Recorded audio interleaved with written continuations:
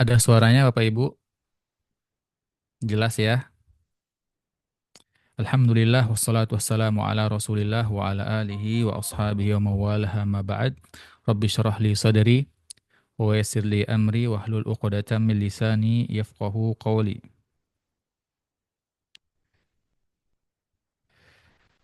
Bapak Ibu yang dirahmati Allah, jamaah SBU yang dirahmati Allah, semoga tetap dalam lindungan Allah, tetap dalam kesehatan, tetap dalam keafiatan, taufik dan hidayahnya Allah Subhanahu wa taala, dan semoga dimudahkan langkah-langkahnya dan diberikan oleh Allah Subhanahu wa taala kesehatan nanti ke Baitillahil Haram dan diterima amal ibadah umrohnya.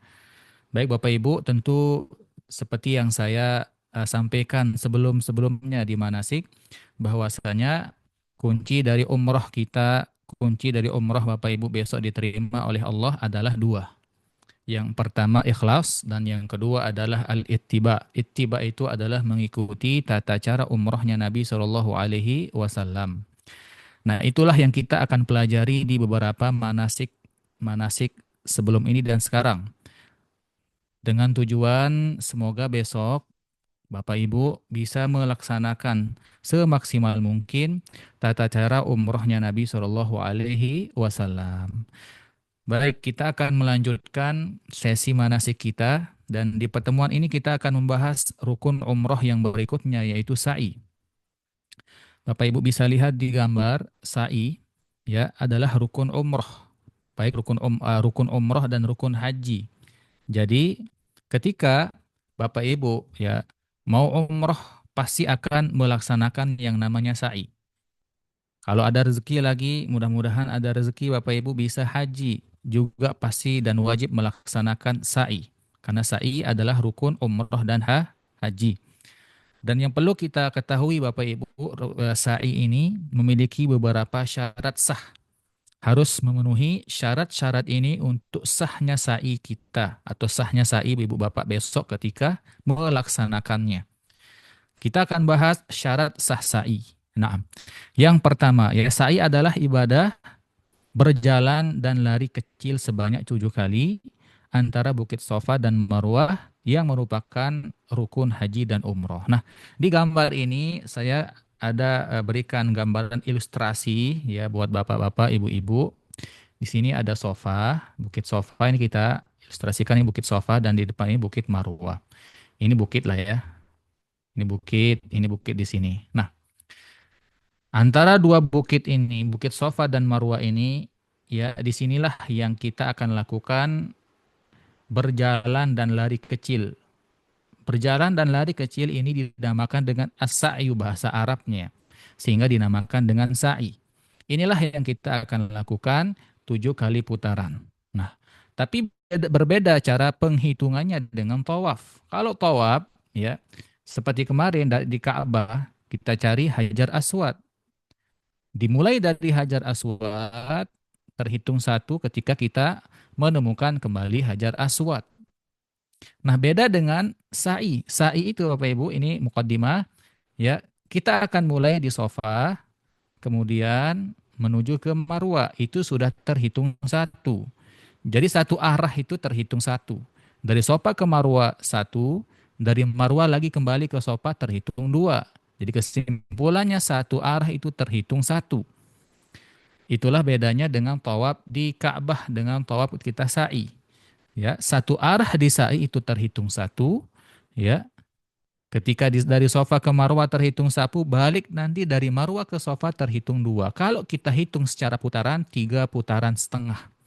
Ini sa'i. Oke, apa aja syaratnya Ustadz? Nah, kita akan bahas syarat-syarat sahnya sa'i satu persatu. Baik, yang pertama ya, menempuh seluruh jarak antara Sofa dan Marwa. Ini yang pertama, Bapak Ibu. Ini yang pertama, menempuh seluruh jarak antara Sofa dan Marwa. Ini Bukit Sofa, ini Bukit Marwa. Nah, kita harus menempuh semua jarak ini. Nah, ini kita mulai dari sini sampai sana. Ini jalan yang digambar ini yang harus ditempuh sini. Ini harus ditempuh full. Nggak boleh setengah, nggak boleh 75% nggak boleh, bahkan kata ulama selangkah pun kurang ya, tidak sampai di kaki bukit sofa maka sa'inya tidak sah ya. Ustadz, apakah kita harus hitungannya dari bukit sofa itu, apakah kita hitungannya dari di pucuknya harus sampai pucuk, artinya harus naik, atau cukup di kaki bukitnya aja? Cukup di kaki bukitnya Bapak Ibu. Cukup di kaki bukitnya. Kaki bukitnya mana ini maksudnya? Sini nih. Ini nih, ya. Itu maksudnya kaki bukit. Nah, nah, karena dalam Al-Qur'an inna sofa wal marwata min sya'airillah ya. Allah Subhanahu wa taala jelaskan dalam Al-Qur'an ayat yang menjelaskan bukit Sofa dan Marwa. Salah satunya adalah bukit Sofa ini adalah syiar. Ya, syiarnya Allah Subhanahu wa taala dengan melaksanakan sa'i di sana atau melaksanakan sa'i di antara kedua bukit ini. Nah, ini syarat yang pertama. Jadi Bapak Ibu, ya, 7 kali putaran ini harus memenuhi jarak ini. Jarak antara bukit Sofa dan Marwa. Satu langkah tidak tercukupi, maka sa'inya tidak sah. Oleh karena itu, besok Bapak Ibu akan dibimbing. Nah, dan insya Allah besok Bapak Ibu jangan takut. Bagaimana Ustadz, nanti saya takut nggak tahu caranya. Bapak Ibu naik aja nanti seandainya Bapak Ibu terpisah. Kemudian sampai di Bukit Sa'i. Bagaimana Ustadz? Kata Ustadz harus jalan penuh. Tidak boleh kurang selangkah pun. Bapak Ibu bisa mengikuti alur. Ya, bisa mengikuti alur. Ya, ikuti aja, kebanyakan orang itu seperti apa sa'inya. Terus sambil berdoa, sambil naik ke puncaknya. Ya, kalau Bapak Ibu naik ke puncaknya itu sudah aman. Karena itu sudah melewati batas sa'i. Ya, melewati batas yang harus dilewati. Karena batas yang harus dilewati itu berada di kaki bukit Sofa dan Marwa.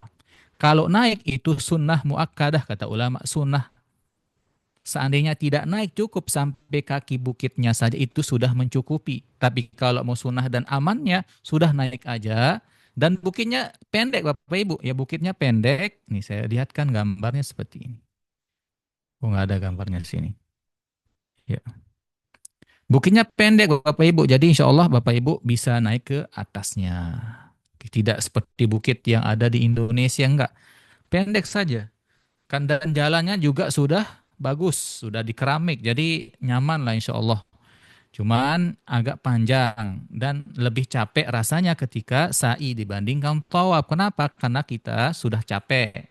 Ya, dari tawaf kan tenaga itu sudah tinggal berapa persen tuh. Lanjut sa'i maka akan terasa capek biasanya ketika sa'i. Nah, oke. Ini syarat yang pertama harus memenuhi jarak yang sudah ditentukan di antara Bukit Sofa dan Marwa. Jaraknya mana Ustadz? Tadi jaraknya itu dari atas dari kaki dua bukit Sofa dan Marwa ini. Kalau seandainya mau naik itu lebih afdol dan lebih aman. Dan insya Allah Bapak Ibu nanti akan dibimbing. Dibimbingnya itu akan naik sampai ke atas bukitnya. Baik, jangan khawatir, insya Allah akan dibimbing sesuai sunnah. Ini yang pertama. Yang kedua, ya syaratnya harus tertib.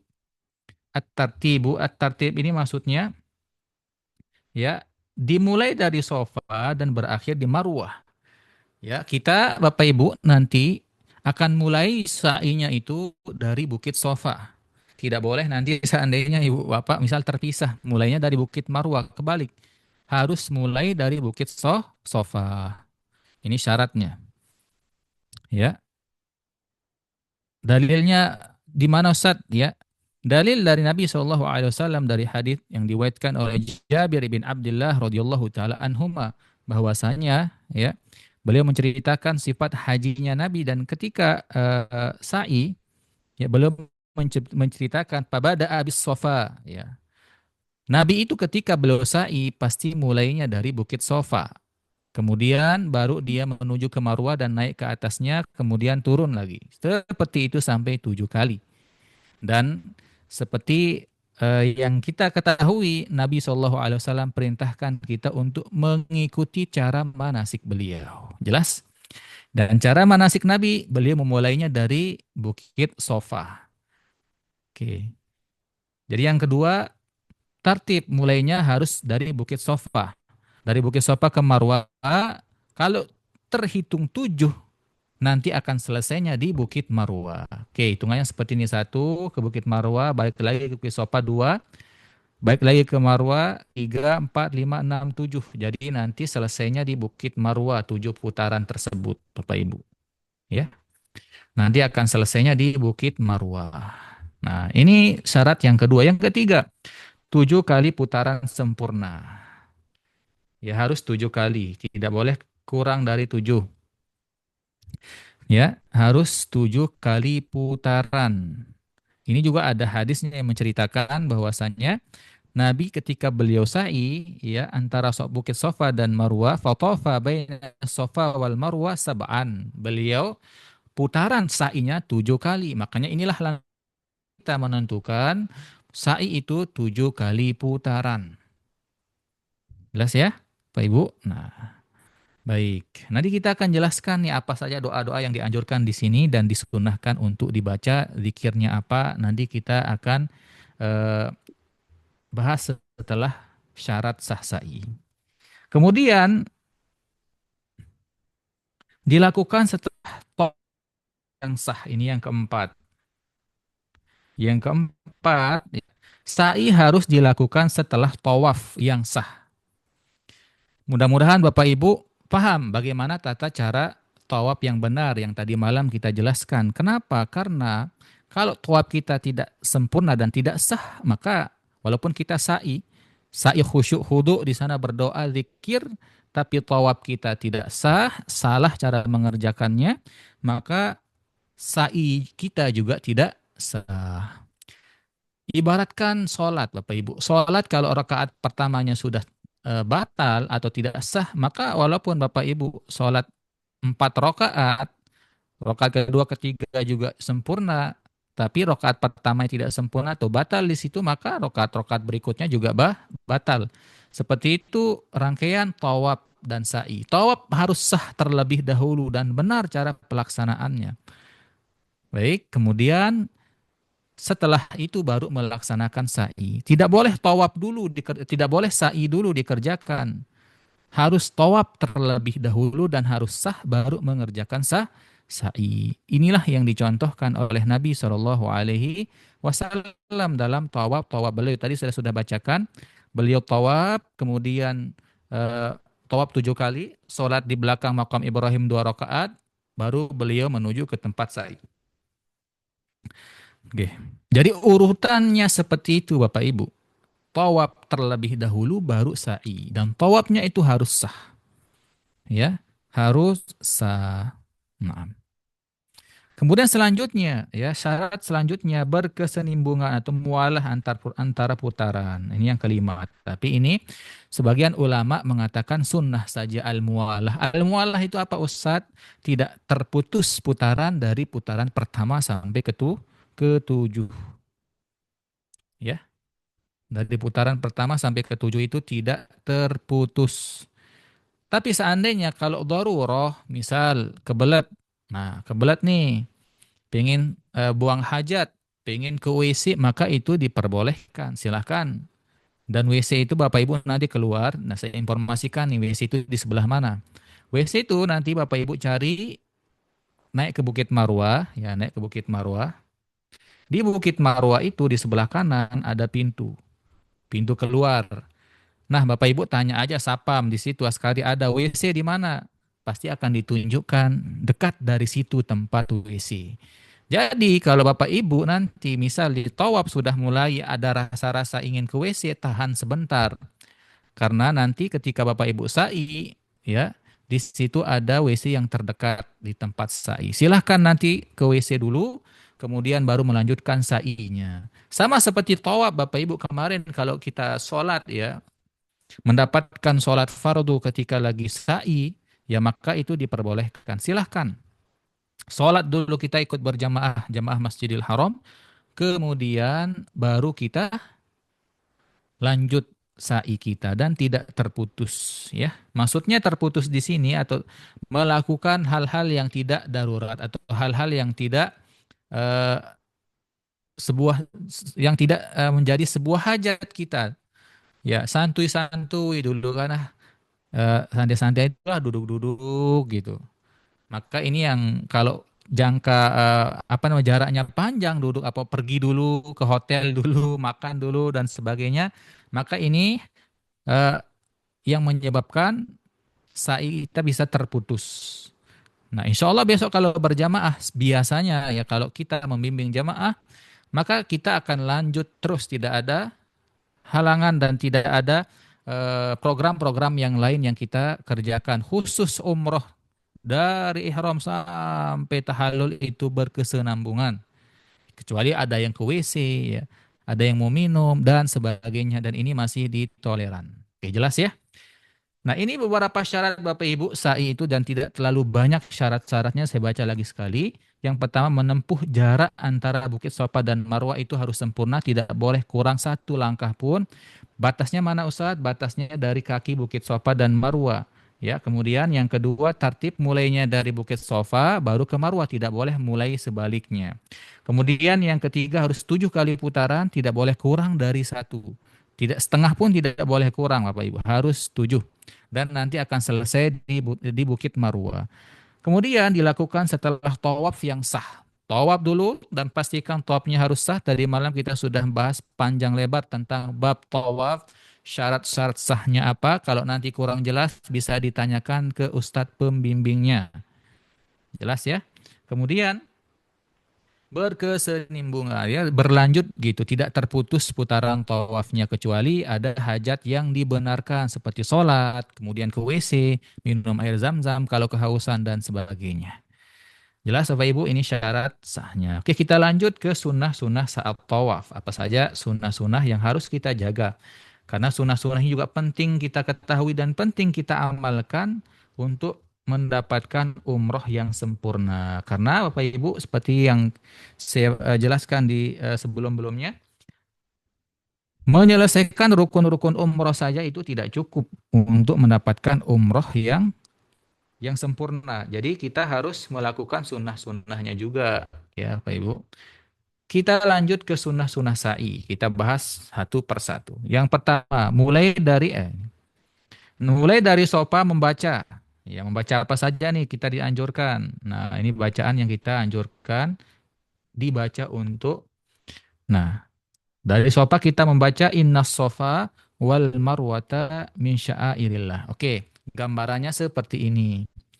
Selesai tawaf, Bapak Ibu akan sholat sunnah 2 rakaat, sholat sunnah tawaf seperti yang tadi malam saya jelaskan.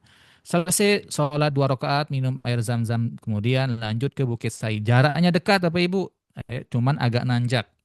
Nah, ketika Bapak Ibu nanti sampai dan mendekati Bukit Sofa ini bisa digambar, ini ibarat Bukit Sofa.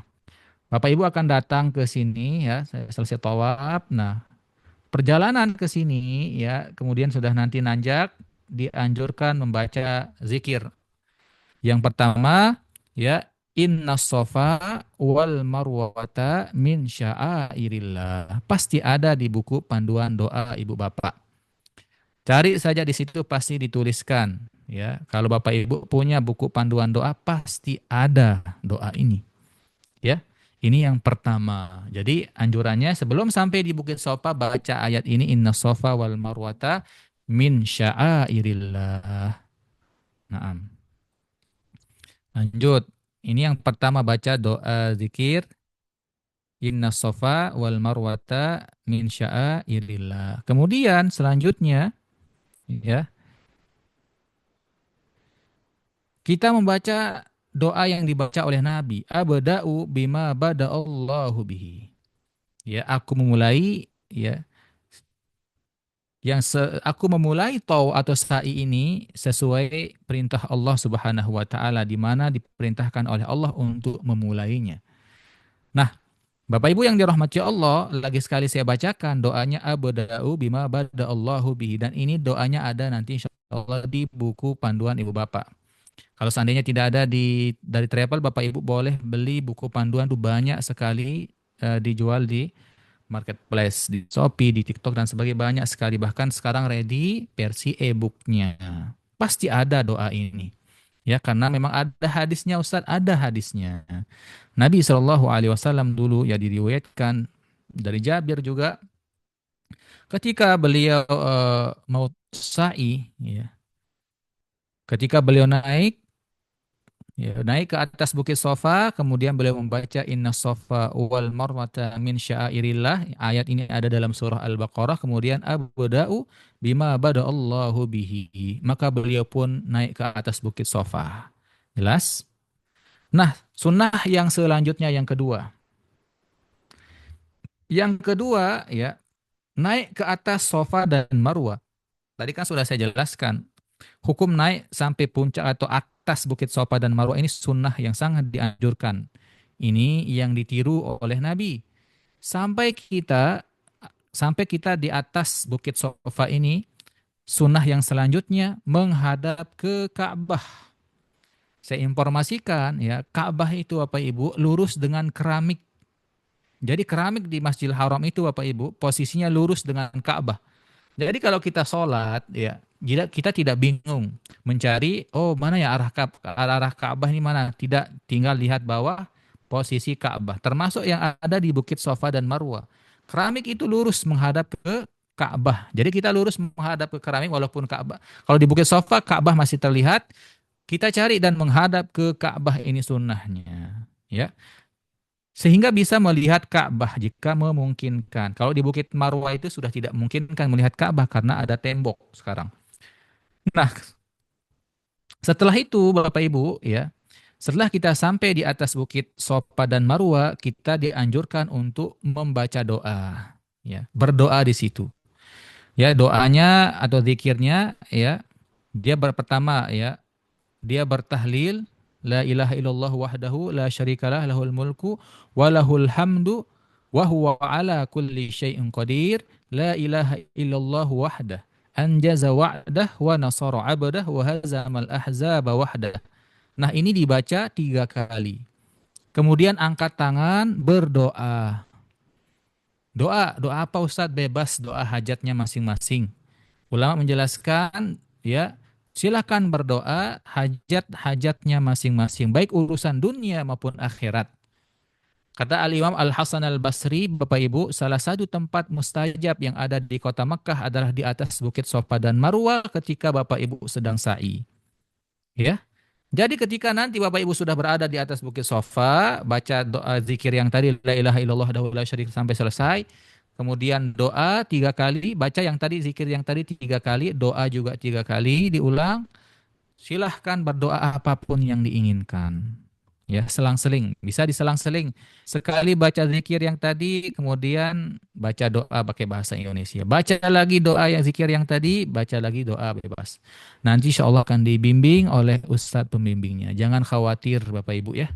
Ustadz saya belum paham, belum ada gambaran. Jangan khawatir, yang penting dengarkan, berusaha pahami dan insya Allah nanti akan dibimbing. Nah, ini akan dibimbing juga doanya insya Allah. Tapi saya anjurkan jangan hanya sekadar mengikut doa yang akan dibimbing atau yang dipimpin. Doa juga buat hajat ibu bapak masing-masing. Mungkin ada keluarga yang nitip doa, doakan di situ. Ya. Selanjutnya, jadi kita sudah baca doa tadi, zikir tadi di atas bukit sofa sambil menghadap Ka'bah dan mengangkat tangan kita seperti doa, seperti angkat tangan berdoa. Lanjut ke Bukit Marwah, ya dari Sofa lanjut kita turun dari Bukit Marwah. Nah, tidak jauh dari sana nanti kita akan menemukan lampu hijau. Nah, ini Bapak Ibu bisa lihat di gambar, ini adalah lampu hijau yang nanti kita akan lewati. Bapak Ibu akan lewati ini lampu hijau nih. Ini lampu hijau, ya.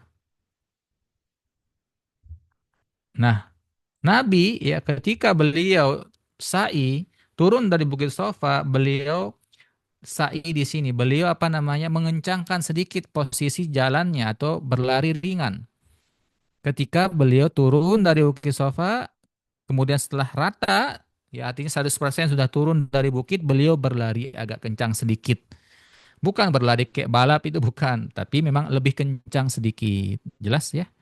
Nah, contohnya seperti ini nih gambar nih Bu. Lampu hijau itu seperti ini. Nanti Bapak Ibu pasti akan menemukan lampu. Nah, ini bisa dilihat. Lampu hijau itu seperti ini sekarang ya. Bagi yang pernah umrah ataupun haji pasti tahu. Nah, lampu hijau ini memang ada di atas ya. Di atasnya itu ada lampu hijau, terus lari agak kencang sedikit ya. Kemudian selesai ya, selesai ya, sudah melewati misal lampu hijau ini baru kembali jalan seperti biasa. Ini lampu hijaunya. Disunahkan untuk lari di sini. Ya, disunahkan untuk lari di sini. Dan ketika lari ada doa nih yang dianjurkan oleh para ulama, doanya Abdullah ibnu Umar yang berdoa atau yang berzikir ya. Enggak ya, doanya Abdullah ibnu Mas'ud ya. Allahumma ghfir warham wa antal a'azzul akram. Saya nggak hafal, nanti ada di buku doanya ibu bapak masing-masing ya.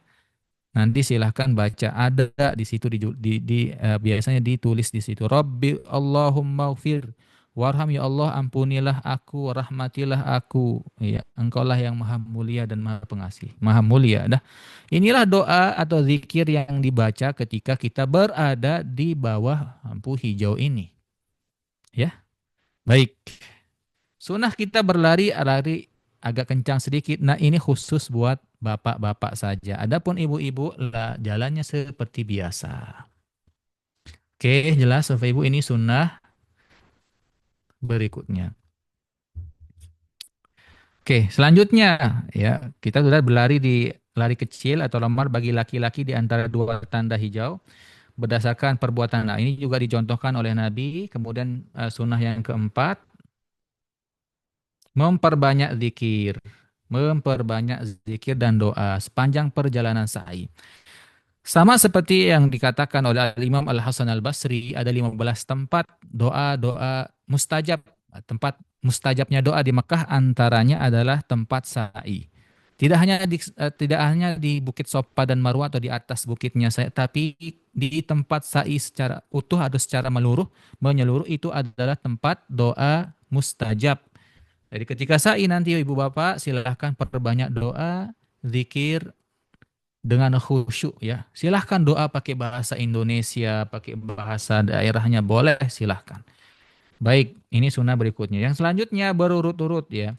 Berturut-turut tadi sudah saya sampaikan ya, bahwasanya berurutan ini ya adalah ada yang mengatakan wajib, ada yang mengatakan sunnah. Tapi lebih amannya sudah kita usahakan besok tidak terputus ya. Tidak terputus kecuali mau ke WC seperti yang tadi saya jelaskan, kecuali ada sholat dan sebagainya. Kecuali kecapean misal mau istirahat 5 menit boleh. Mau minum air zam-zam di situ ada boleh. Karena di sini nanti di tengah ini antara yang di tengah ya antara Sofa dan Marwah di tengah-tengah jalan ini ada nanti di situ tempat minum air zam-zam ya. Keran air zam-zam ada di sana. Boleh Bapak Ibu minum sepuasnya. Ya. Ada gelas di situ. Ustadz, saya boleh bawa botol nggak? Boleh. Tapi di situ juga ada gelas buat minum. Baik. Selanjutnya berturut-turut sudah tadi ya. Dalam keadaan suci. Nah, ini selanjutnya. Dalam keadaan suci. Baik suci dan menutup aurat. Ini sunnah ternyata ya. Masuknya di sunnah sa'i. Suci dari hadas kecil dan hadas besar dan menutup aurat itu sunnah. Maksudnya apa Ustadz? Kemarin di tawaf itu apa? Sebagai rukun ya, rukun syarat sah tawaf itu adalah harus menutup aurat, harus suci dari hadas kecil dan hadas besar. Maka sa'i ini yang membedakan sa'i itu dengan tawaf. Sa'i tidak harus wajib berwudu. Seandainya nanti dari tawaf misal, batal wudhu saya Ustadz, apakah boleh saya lanjut untuk melaksanakan sa'i? Jawabannya boleh. Lanjut saja sa'i daripada keluar berwudhu nanti ketinggalan dengan rombongan. Tidak mengapa. Ya, jadi tidak menjadi sebuah syarat. Silahkan lanjutkan sa'inya. Kemudian seandainya misal terbuka auratnya secara tidak sengaja ataupun sengaja dan kemudian dia lalai, dia tetap mendapatkan dosa tapi tetap sa'inya sah. Berbeda dengan tawaf. Kalau tawaf ya, ketika terbuka auratnya, pertama mendapatkan dosa, kemudian dia juga tawafnya tidak sah. Kalau dia biarkan. Dia tahu rambutnya kelihatan, misal ibu-ibu. Dia tahu tapi dia tidak memperbaikinya. Dia tidak berusaha menutupnya sampai selesai tawaf, maka tawafnya tidak sah. Seandainya di sa'i dia lakukan seperti itu, sa'inya sah. Karena sa'i ya menutup aurat bukan termasuk syarat sahnya sa'i. Jelas Bapak Ibu ya? Baik. Nah, ini sunnah-sunnah sa'i. Nah, apa hal-hal yang diperbolehkan juga di sa'i? Ya, jadi lagi sekali saya sampaikan, saya ulang penyampaiannya. Jadi mulai dari sofa membaca inna sofa wal marwata min sya'airillah abda'u bima bada'allahu bih. Ini juga yang dicontohkan oleh Nabi. Naik sampai ke atas Bukit Sofa dan Marwa, menghadap ke Ka'bah, berdoa dan berzikir dengan doa yang tadi saya bacakan.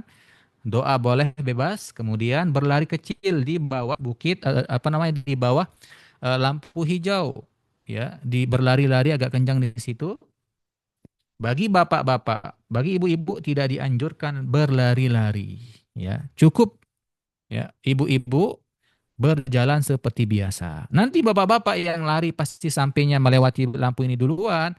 Tunggu ibu-ibu, jangan langsung lurus, ya, jangan. Tunggu ibu-ibu yang di belakang, ya pelankan cara berjalannya kembali, kemudian setelah kumpul baru jalan bareng-bareng. Nanti insya Allah hal-hal teknis seperti ini akan disampaikan oleh tim SBU yang ada di sana. Baik Bapak Ibu, kita lanjutkan. Selanjutnya berlari kecil tadi di bawah lampu-lampu hijau. Memperbanyak zikir dan doa, salah satunya adalah di tempat sa'i. Ya, tempat mustajabnya doa, perbanyak doa. Doa apa Ustadz? Bebas, bisa pakai bahasa Indonesia, bisa pakai bahasa Arab dan bahasa daerah.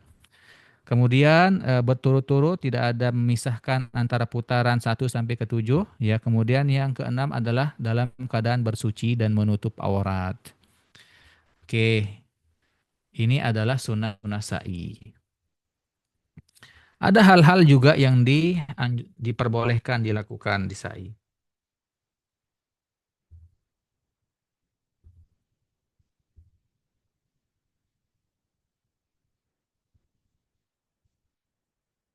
Oke. Hal-hal yang tidak diwajibkan saat sa'i juga saya ingin jelaskan supaya Bapak Ibu tidak terlalu tegang gitu.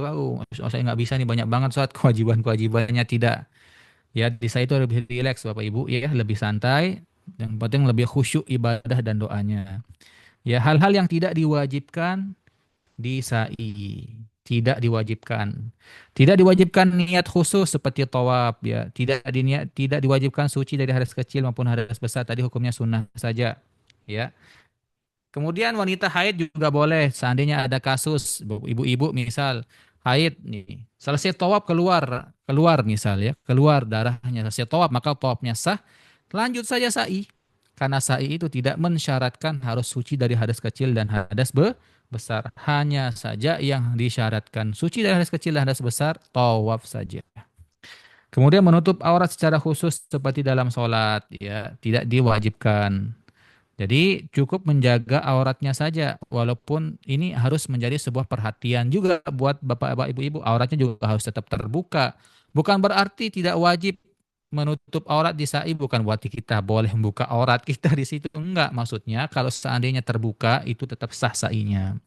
Tapi wajib tetap kita menjaga aurat. Jelas ya Pak Ibu? Wajib kita menjaga aurat secara umum.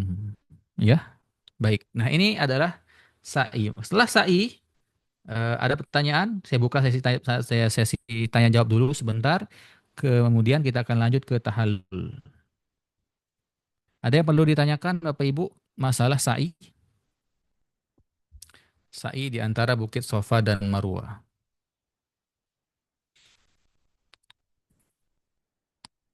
Oke.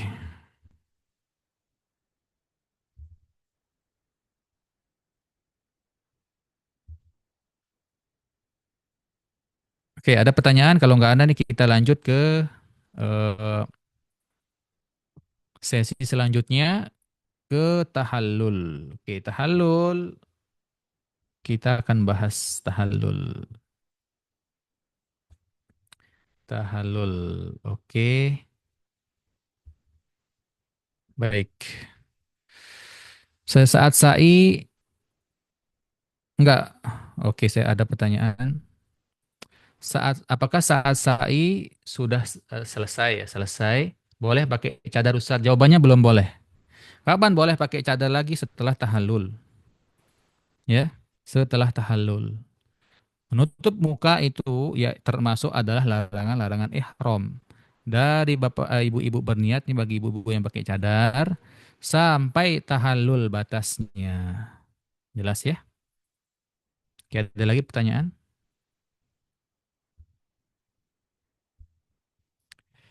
Tahallul. Oke, ada lagi pertanyaan Bapak Ibu silahkan yang belum paham, yang kurang paham silahkan. Nggak apa-apa silahkan ditanyakan. Ini sesi apa namanya sesi manasik kita yang terakhir. Maaf Ustadz baru gabung untuk sa'i yang memakai bugi cat itu bagaimana ya? Apa memang boleh? Bugi cat itu seperti apa ya maksudnya? Saya belum terlalu paham. Bugi. Oh, ya boleh, boleh, boleh, boleh itu. Untuk sa'i yang memakai boleh ya. Sa'i itu ya dalam madhab Syafi'i dan kita kan memakai madhab Syafi'i. Itu boleh memakai mobil, mobil golf ya, mobil golf ya. Nah, tentu pahalanya ya beda pahalanya. Dulu pernah terjadi di zaman Nabi ya. Orang yang makanya kalau saran saya nih, kalau saran saya, dulu di zaman Nabi pernah terjadi. Seorang sahabat melapor ke Nabi, "Ya Rasulullah, saya apa namanya beliau tuh sakit atau lemah, lelah gitu. Tidak mampu untuk melaksanakan putaran-putaran." Maka kata Nabi, "Ya udah kamu di belakang dalam keadaan rokibah menunggang." Ya dalam keadaan menggunakan tunggangan. Maka dari sini ulama memperbolehkan kalau seandainya dalam kondisi darurat, ya. Nah, apa pahalanya? Apakah untuk pahalanya bagaimana Ustadz? Nah, kaidah pahala itu al-ajru biqadril masyaqqah. Pahala itu tergantung nih bagaimana beratnya juga amal itu. Kalau semakin berat, semakin capek Bapak Ibu mengerjakannya, semakin besar juga pahalanya di sisi Allah Subhanahu wa taala. Makanya saran saya kalau Bapak Ibu besok masih mampu untuk sa'i menggunakan jalan kaki, silahkan. Afdolnya seperti itu. Ya, supaya sempurna dan lebih besar lagi Bapak Ibu mendapatkan pahalanya. Walaupun diperbolehkan menggunakan mobil golf ya di atas itu. Boleh. Tetapi kalau seandainya tidak butuh, masih kuat misal, masih muda gitu kan, maka jangan menggunakan itu walaupun diperbolehkan. Tapi seandainya tidak kuat Ustadz, saya sudah tua, saya sakit dan bla bla bla ada alasan kesehatan misal, maka silahkan nggak apa-apa. Ya insya Allah pahalanya juga mendapatkan pahala yang sempurna karena udzur. Karena dia memang tidak bisa berjalan, tapi kalau bisa berjalan tapi menggunakan keringanan itu, maka juga pahalanya tentu tidak sama seperti orang yang berjalan kaki. Terima kasih Ustadz penjelasannya sama-sama. Baik, kita lanjut ke tahallul. Kalau ada pertanyaan, tulis saja di komentar. Kita juga nanti akan buka sesi tanya jawab sambil nanti saya jawab di sesi terakhir. Kita lanjut ke tahallul atau halak. Nah, tahallul ini ya adalah prosesi umrah terakhir Bapak Ibu. Ya. Setelah tahallul ini ya, silakan tulis saja di komentar nanti saya jawab ya. Kita akan lanjut penjelasan dulu. Nanti saya akan jawab. Silakan tulis saja di komentar. Nanti saya akan jawab setelah penjelasan. Ya, biar menyambung penjelasannya secara utuh. Baik, kita lanjut ke sesi umroh terakhir yaitu tahallul. Ya. Pengertian tahallul ini secara ringkas keluar dari keadaan ihram dengan mencukur atau memendekkan rambut setelah selesai manasik tertentu. Manasik tertentu ini maksudnya selesai sa'i kalau kita lagi umroh, kalau haji itu ya selesai melempar jumratul aqobah. Oke, kan kita mau umroh ya, manasik tertentu ini udah selesai sa'i. Setelah selesai sa'i kita akan bertahallul. Setelah tahallul maka selesailah larangan-larangan ihram yang kita jaga dari Madinah tersebut. Boleh pakai cadar, boleh pakai minyak wangi, boleh pakai apa namanya baju berjahit. Nanti setelah ini biasanya ibu-ibu bapak-bapak akan kembali ke hotel istirahat, boleh mandi pakai sabun, boleh ganti kain ihramnya dan sebagainya. Tidak ada larangan-larangan lagi. Baik. Oke. Penjelasan tahallul lebih lengkap. Oke, kita akan jelaskan. Oke.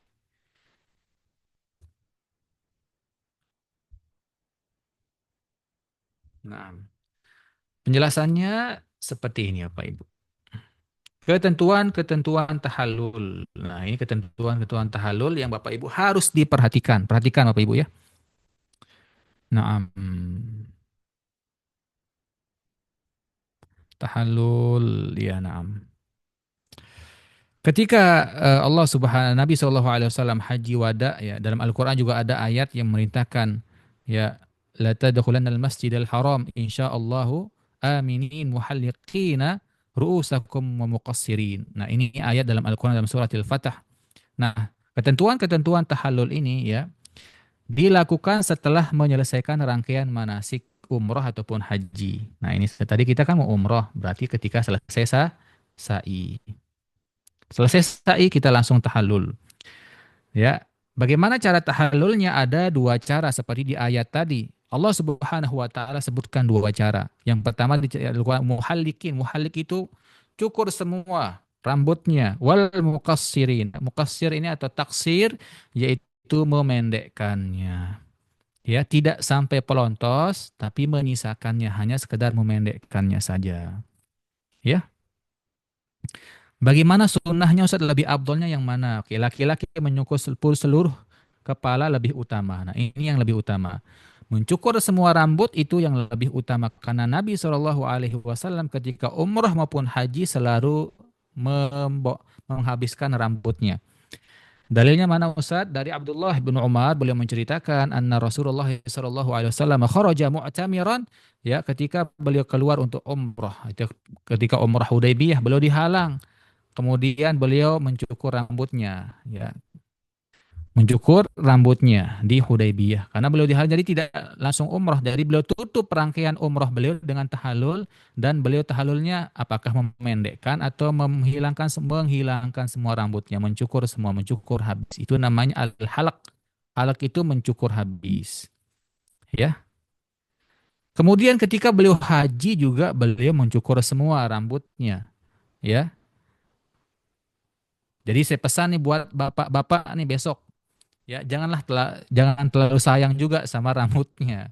Nggak apa-apa nih satu kali aja. Ya kalau misal nggak mau banget, ya nggak pernah banget, misal botak, nggak apa-apa. Satu kali ini saja botak. Karena ini adalah ketentuan dan yang dicontohkan oleh Nabi Shallallahu Alaihi Wasallam. Dan Nabi Shallallahu Alaihi Wasallam perintahkan khudu anni manasikakum. Lihat caraku manasik. Dan Nabi ketika beliau bertahalul, beliau pelontos rambutnya. Maka kalau ditanya, Ustadz mana yang lebih abdol, dipotong sedikit, dipotong, ataupun dihilangkan semua, jawabannya dipotong semuanya. Jelas ya? Ya, wanita bagaimana? Ibu-ibu bagaimana masa dipotong? Enggak ya, jawabannya tidak. Ya, jawabannya tidak. Kalau ibu-ibu ya cukup memotong seukuran ruas jari. Ini ruas jari ini seperti ini nih, ruas jari nih. Ujungnya dipotong ibu-ibu, ujungnya. Ya, ujungnya. Kata Nabi Shallallahu Alaihi Wasallam yang dibuatkan hadisnya dari Abdullah bin Abbas, "Laisa 'alan nisa'i halkun, innama 'alan nisa'i at-taqsir."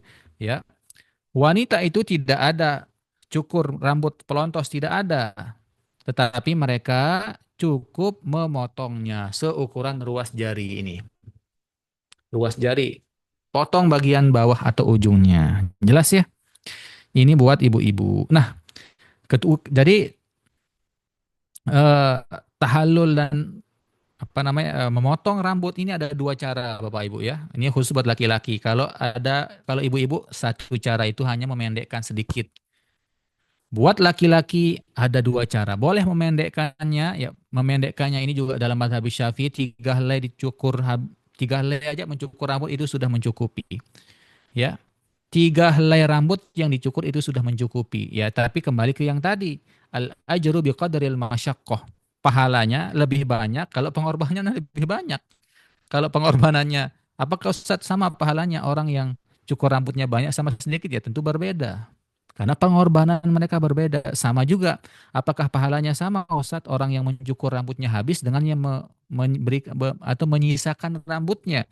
Jawabannya berbeda. Bahkan ada dalam hadis ya dijelaskan Nabi itu mendoakan orang-orang yang halak, orang-orang yang mencukur habis rambutnya. Ya, Nabi Shallallahu Alaihi Wasallam, Allahumma gfir warham lil muhallikin, ya Allah ampunilah, ya rahmatilah mereka jamaah haji dan umroh yang memotong semua rambutnya. Berapa kali? 3 kali Nabi mendoakan. Para sahabat yang waktu itu yang memotong rambutnya tidak pelontos, ya tidak semua mengatakan wal muqassirin, ya. Ya Rasulullah, wal muqassirin, doakan kami juga dong ya Rasulullah. Doakan kami juga dong. Kami kan juga mau didoain sama Nabi. Setelah 3 kali Nabi mendoakan untuk jamaah haji dan umroh yang habis pelontos rambutnya, baru sekali yang keempat baru berdoa doa Nabi SAW untuk jamaah haji ataupun umroh yang memotong rambutnya tidak habis. 3 banding 1 Bapak Ibu ya. 3 kali mendapatkan doa dari Nabi, kemudian yang memendekkan rambutnya dapat doa Nabi sekali. Jelas?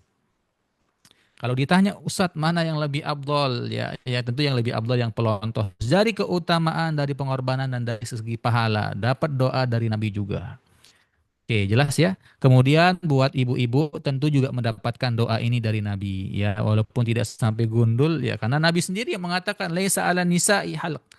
Perempuan tidak ada istilahnya gundul, ya cukup memotongnya saja sedikit, ya ukuran ruas jari ujungnya dipotong. Nah, yang perlu ibu-ibu nanti ya waspadai, tempat tahallul itu tidak mesti harus di atas Bukit Marwa atau setelah selesai sa'i. Boleh dimanapun, boleh. Ya, boleh dimanapun. Terutama buat ibu-ibu nih yang pertama yang perlu digaris bawahi. Buat ibu-ibu kalau misal bawa gunting, yang pertama dari Indonesia jangan taruh di apa namanya di koper kabin atau di tas yang diselentang bawa ke atas, tidak diperbolehkan, nanti guntingnya disita. Taruh di koper besar. Kemudian nanti misal dibawa ketika umroh ya, ibu-ibu ya. Ketika ibu-ibu mau tahallul di dekat Bukit Marwah kan udah selesai sa'i, keluar di depan pintu itu biasanya banyak orang nanti di situ cukur-cukur tipis ya, cukur-cukur dikit. Nah, kalau saran saya lebih baik di kamar itu boleh. Di kamar itu. Kenapa Ustadz kok dianjurkan di kamar? Supaya auratnya tidak terlihat. Ibu-ibu itu harus menjaga auratnya. Ya. Kalau mau Ustadz saya pinginnya di atas Bukit Marwah saja. Pokoknya saya pingin di situ. Kalau mau seperti itu memaksakan, cara mencukurnya itu jangan rambutnya yang dikeluarkan tapi guntingnya yang dimasukkan ke jilbabnya ibu-ibu. Ya. Dan minta dipotongkan oleh siapa atau teman-temannya atau suaminya boleh. Ustadz, apakah kita boleh nih mencukur rambut teman kita yang boleh? Tidak ada masalah dan tidak ada larangan masalah itu. Ustadz kan teman saya ini belum tahallul walaupun karena ya tidak menjadi sebuah syarat siapapun yang memotong rambut kita waktu itu dan menggunakan apapun itu, baik menggunakan gunting, alat cukur, bahkan mencabutnya sekalipun itu diperbolehkan. Kenapa? Karena tahallul itu Bapak Ibu adalah tanda kalau kita sudah selesai melaksanakan prosesi umroh. Jelas? Jadi tidak penting siapapun yang mencukurnya dan tidak penting dengan apa mencukurnya. Itu semua diperbolehkan. Jelas ya? Jadi ibu-ibu ya jaga auratnya jangan sampai rambutnya terlihat. Di sana banyak orang Bapak Ibu. Selai aja kelihatan auratnya ibu-ibu. Walaupun sah umrohnya. Tapi kan tetap berdosa. Melakukan maksiat di tanah haram berlipat juga dosanya. Jadi supaya lebih sempurna, lebih aman, lebih baik seandainya tidak bisa menjaga nanti di situ ya di kamar juga boleh. Ini untuk ibu-ibu. Buat bapak-bapak yang harus diperhatikan, ya Ustadz, apakah saya harus nanti langsung pelontos atau cukur sedikit dulu di Bukit Marwah? Enggak, langsung pelontos ke tempat tukang cukur. Ya, minta tolong diantarkan nanti sama Ustadz atau muthaifnya Ustadz, minta tolong diantarkan ke tempat tahallul. Saya mau langsung tahallul. Langsung tahallul, jangan tunda-tunda. Ustadz saya mau gunting sedikit dulu, jangan. Ya, nanti langsung tahallul. Ya, langsung tahallul saja. Karena potongan yang pertama yang akan dinilai, ya. Kalau potongan pertama potong sedikit ya berarti bapak-bapak ya tahallulnya dihitung kosor, dihitung potong sedikit, dapat doa satu. Walaupun nanti dipotong juga belakangan, misal nanti malam besok dipotong lah. Afdolnya langsung digundul, langsung pergi ke tempat cukur, di situ ada bawa uang 10 real. Kalau uang rupiah dia mau dibayar rupiah 50.000. Minta tolong ke mutoibnya atau ustadznya, Ustadz anterin saya ke tempat tahallul. Biasanya saya akan anterin, bawa tuh jamaah bapak-bapak, bawa ke tempat tahallul, gundul di situ, bayar 10.000, 10 real. Kalau uang kita 50.000, bawa uang 10 real buat bapak-bapak. Atau nggak ada real, bawa uang 50.000 buat bayar tahallul. Sayang rambut saya Ustadz. Ya Allah, lebih sayang lagi bapak-bapak tidak dapat doa dari Nabi. Lebih sayang lagi kalau bapak-bapak tidak dapat umroh yang sempurna. Oke, udah jauh-jauh jalan dari Indonesia, dari daerahnya, dari mana, dari Papua, dari Jawa. Ongkos per puluhan-puluhan juta. Ya masa sayang sekali ya. Lebih sering soalnya saya ketemukan ya agak kesel gitu. Agak sayang gitu rasanya. Lihat jamaah, sering saya bawa jamaah. Tentu setelah saya sampaikan penjelasan seperti ini Bapak-bapak, saya tidak bisa memaksakan Bapak-bapak nanti untuk potong rambutnya semua. Karena Bapak-bapak kan kembali ke Bapak-bapak juga. Ustadz saya nggak mau tahallul ya udah nggak apa-apa. Yang penting kami sudah menjelaskan keutamaan dan ketentuannya. Tapi sangat sayang sayang beribu beribu sayang. Ya, gitu. Sering soalnya saya menemukan, saya membimbing jamaah, sudah saya sampaikan manasik, tetap saja nggak mau dipotong. Sayang, sangat-sangat sayang sama rambutnya. Ya udah nggak apa-apa gitu, Nah, nggak ini apa-apa. anu, rekamlah dulu. Oke, ini kemudian ketentuan yang ketiga tahallul menandai bolehnya kembali larangan ihram seperti yang ditanyakan tadi. Boleh nggak pakai cadar? Setelah saya jawabannya belum boleh. Setelah boleh itu setelah kita tahallul, ya. Oke, jelas ya. Boleh melakukan apapun setelah halal karena itu menandakan kita sudah selesai melaksanakan umroh. Oke, ini adalah tahallul, ya. Oke. Nah, oke saya akan bacakan pertanyaan-pertanyaan jamaah semua di komentar. Silakan kalau ada pertanyaan lagi, eh, tulis lagi di komentar. Bacaan apa yang dibaca sebelum filar hijau, Ustadz? Sebelum filar hijau itu bebas, ya bebas membaca zikir apapun, bebas. Tapi yang ada bacaan sunnah dijelaskan oleh Nabi, dijelaskan oleh ulama-ulama, ada yang tadi saya baca. Baca zikir la ilaha illallah wahdahu la syarikalah lahul mulku wa lahul hamdu wa huwa ala kulli syai'in qadir. La ilaha illallah wahdah anjazza wa'dah wa nasara abdah sampai selesai itu yang dibaca saat di atas bukit sofa. Mendekati pilar tidak ada bacaan khusus, bebas doa zikir apapun nanti biasanya akan dibimbing juga oleh ustadz. Ketika berada di bawah pilar hijau, di bawah lampu hijau, baca doa Rabbighfir warham wa antal a'azzul akram. Ada di buku-buku manasik. Nah, oke. Ustadz boleh nggak saya baca doa pribadi itu? Boleh. Ustadz saya ada penyakit. Boleh nggak saya berdoa supaya disembuhkan Allah? Boleh. Di situ adalah tempat mustajab. Silahkan berdoa pakai bahasa Indonesia. Kalau bingung, saya bingung nih mau doa apa gitu. Bacaan saya kurang paham. Baca doa masing-masing. Saya yakin semua bapak-bapak, ibu-ibu punya hajat kan? Tidak mungkin nggak punya hajat. Tidak mungkin nggak punya masalah. Pasti kita semua punya masalah. Doa di situ, minta tolong sama Allah. Untuk baca doa hajat di atas bukit, apakah dikasih waktu biar agak nggak tertinggal? Iya. Nanti ibu-ibu, bapak-bapak akan dibimbing di situ sama ustadz. Ya, kan terus ngumpulnya bareng, jadi nggak misah. Ya, jadi ngumpulnya bareng, ibu-ibu harus bareng-bareng, bapak-bapak harus bareng. Ustadznya nanti mengambil satu posisi untuk berdiri di sana di atas bukit sofa. Ya. Kemudian kalau ustadznya sudah selesai, ibu bapak ikuti ustadznya, jangan masih aja ya tertinggal. Biasanya ya akan dibimbing seperti ini. Saya jelaskan lagi sekali. Nanti ibu bapak kan akan mengikuti ustadz di depan. Ustadznya akan mencarikan tempat yang agak longgar di atas bukit. Kemudian di situ akan berdoa. Nah biasanya tidak akan terlalu lama karena kalau terlalu lama akan diusir oleh askari, akan diusir sama sekali. Bahkan kalau terlalu lama juga saking ramai padat kita tidak bisa berhenti dan diam di atas bukit Safa Marwah, hanya sekedar lewat dan jalan pelan-pelan sambil berdoa dan berzikir. Ya, kalau bisa nanti berdiri berdoa di situ, ibu-ibu, bapak-bapak kumpul bareng ustadznya. Kalau ustadznya sudah selesai dan mengajak untuk lanjut, ayo bu, lanjut, lanjut, maka ibu bapak harus tetap ikut lanjut, jangan diam sendiri. Nanti akan terpisah rombongan. Seperti itu, ya. Kalau tidak hafal doa-doa selama saya pakai sah, sah sekali. Ya, sah. Silakan baca doa yang dihafalkan saja. Karena doa-doa yang tadi saya sampaikan itu tidak menjadi rukun, tidak menjadi syarat sahnya sa'i, Bapak Ibu. Ya, jangan khawatir pokoknya. Insya Allah selama Bapak Ibu melaksanakannya dengan sempurna. Doa boleh diganti, boleh pakai doa yang apapun yang ibu bapak hafal. Ustaz, saya hanya bisa baca doa subhanallah walhamdulillah wala ilaha illallah akbar. Boleh nggak hanya itu saja yang saya baca? Boleh, baca itu. Ya, baca itu Bapak Ibu. Ya, oke lanjut. Maaf Ustaz, jika diizinkan boleh di-share ke grup full Ramadan materi manasik dari sesi. Insya Allah nanti saya akan eh, rekap, perbaiki, dan saya share. Insya Allah.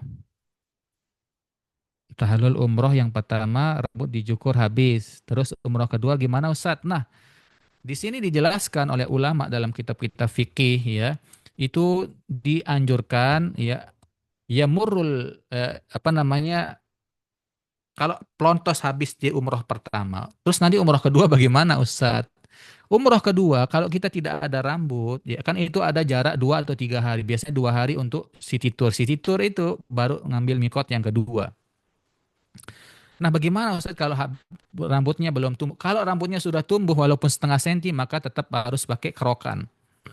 Kalau tidak tumbuh sama sekali, cukup ya bapak-bapak ya memberikan isyarat ini gunting atau ini kerokan, kerok saja. Ya, cukup diputar-putarkan di kepalanya dengan gunting seolah-olah ada rambut. Cukup itu kata ulama. Ya. Jadi kalau saya sarankan, Ustadz gimana kalau nanti botaknya di tahallul yang kedua atau di umroh yang kedua? Jawaban saya tetap ya lebih afdol di umroh yang pertama. Kenapa? Karena itu untuk umroh bapak-bapak, ibu-ibu dulu yang harus sempurna. Kalau nanti umroh kedua untuk badal siapa orang tua ya itu boleh itu boleh tidak sempurna. Tapi yang harus sempurna terlebih dahulu ya adalah umroh Bapak Ibu terlebih dahulu baru nanti umroh yang kedua ya mau mau motong sedikit ya ataupun mau santai sedikit nggak apa-apa. Yang penting umroh pertama harus sempurna karena itu umroh untuk ibu bapak sendiri dulu. Bagaimana sesuatu itu akan sempurna kalau yang pertamanya aja tidak sempurna? Oke, usahakan lebih sempurna dulu buat ibu bapak. Oke, lanjut. Apakah boleh baca zikir-zikir yang berbeda-beda tiap putaran, putaran terakhir baru doa-doa Ustaz? Boleh, ya boleh. Jadi dalam peraturan doa zikir baik dalam tawaf, sa'i itu tidak ada yang wajib. Ada yang sunnah seperti Rabbana atina fid dunya hasanah ya dibaca di antara eh, rukun yamani sebelum sampai di Hajar Aswad baca doa Rabbana. Setelahnya boleh nggak Ustaz baca doa? Boleh, tidak ada urutan tertentu. Ya, tidak ada doa yang wajib, hanya yang ada itu sunnah-sunnah saja. Boleh ya baca doa-doa zikir-zikir yang berbeda-beda. Setiap putaran itu boleh, bebas. Intinya jangan melamun di sana. Karena di situ kata ulama, mahallud du'a iwal zikir. Tawab dan sa'i itu adalah tempat berdoa dan zikir. Boleh pakai baca zikir apapun, yang penting jangan melamun. Ya, jelas? Ustadz, kalau tahallul perempuan itu harus dibantu orang lain ya, tidak boleh sendiri ya, boleh sendiri. Ya, boleh sendiri, boleh orang lain. Tidak ada syarat ya yang harus dicukur oleh orang lain, tidak ada. Bahkan ulama menjelaskan boleh. Lupa ya di kitab mana ada yang dibahas kebolehan orang mencukur dirinya sendiri. Jadi lagi sekali saya jelaskan. Tahallul itu menandakan kita sudah selesai melaksanakan rangkaian manasik umroh ataupun haji. Boleh dicukur oleh siapapun, dalam kondisi apapun, dan boleh menggunakan apapun. Gunting, apalagi kerokan, bahkan kata ulama boleh dicabut ya, seandainya tidak apa-apa. Boleh dan boleh dicukur oleh siapapun, baik orang yang belum tahallul, baik orang yang sudah tahallul, baik cukur diri sendiri itu diperbolehkan. Perempuan juga diperbolehkan cukur rambutnya sendiri. Boleh minta tolong ke temannya, boleh. Banyak orang yang beranggapan seperti ini, bapak-bapak, ibu-ibu. Harus yang sudah tahallul dulu yang boleh mencukurnya. Ini persepsi yang keliru. Ya tidak ada hadis, tidak ada ibrah yang menjelaskan masalah itu. Harus orang yang sudah tahallul dulu yang boleh mentahallulkan orang lain. Tidak ada dalilnya. Coba tanya, mana dalilnya nggak ada? Mana penjelasan ulamanya nggak ada? Hanya zon atau hanya apa namanya prasangka saja. Oke, jangan menyulitkan diri sendiri ya. Kita tidak boleh menyulitkan diri sendiri. Boleh cukur sendiri, Ustaz, saya cukur sendiri boleh. Yang penting itu rambut terputus. Terserah menggunakan apapun juga boleh. Oke. Ustadz, kalau pakai masker biar nggak pusing bau bis berarti tetap tidak diperbolehkan ya saat ihram. Kalau bapak-bapak kondisinya seperti itu, ya itu termasuk darurat dan diperbolehkan. Ini buat bapak-bapak atau ibu-ibu? Oh, ibu-ibu ya. Boleh. Kalau bapak-bapak mah boleh. Tetap boleh. Karena menutup muka itu hanya larangan buat ibu-ibu saja. Buat bapak-bapak boleh menutup muka. Hanya buat ibu-ibu saja larangannya. Tapi kalau darurat, ya darurah ya. Lihat darurah. Contohnya seperti tadi. Karena alasan kesehatan misalnya, maka tetap diperbolehkan. Tapi kalau seandainya bisa, coba dulu ibu ya. Coba tidak pakai masker. Karena bis di sana bagus-bagus. Ya baru-baru. Kalau seandainya tetap pusing, maka boleh pakai masker karena terhitung uzur atau darurah. Ustadz, ada saran dari saudara saya untuk agar saya menghadiahkan umroh saya untuk kedua orang tua yang sudah meninggal ini. Maksudnya, oh iya, nah. Maksudnya eh, Fitris ya ini. Nah, Mbak Fitris ya, Mbak Fitri ya. Umroh pertama dulu harus sempurna. Syarat orang yang boleh menghadiahkan pahala umrohnya harus pernah umroh dulu untuk dirinya sendiri. Baru nanti umroh kedua, program umroh kedua baik mau umroh bareng atau nanti mungkin ada program dari SBU atau seandainya tidak ada boleh umroh sendiri-sendiri pakai taksi ongkos bolak-balik mengambil mikot ke Mekah itu ke Tanim itu 50 real. Tapi kalau Ramadan biasanya naik. Kalau murah gimana patungan? Satu taksi itu bisa diisi yang kecil bisa isi 4 patungan saja. Misal ongkosnya 100 real bolak-balik ya patungan sama-sama berapa gitu.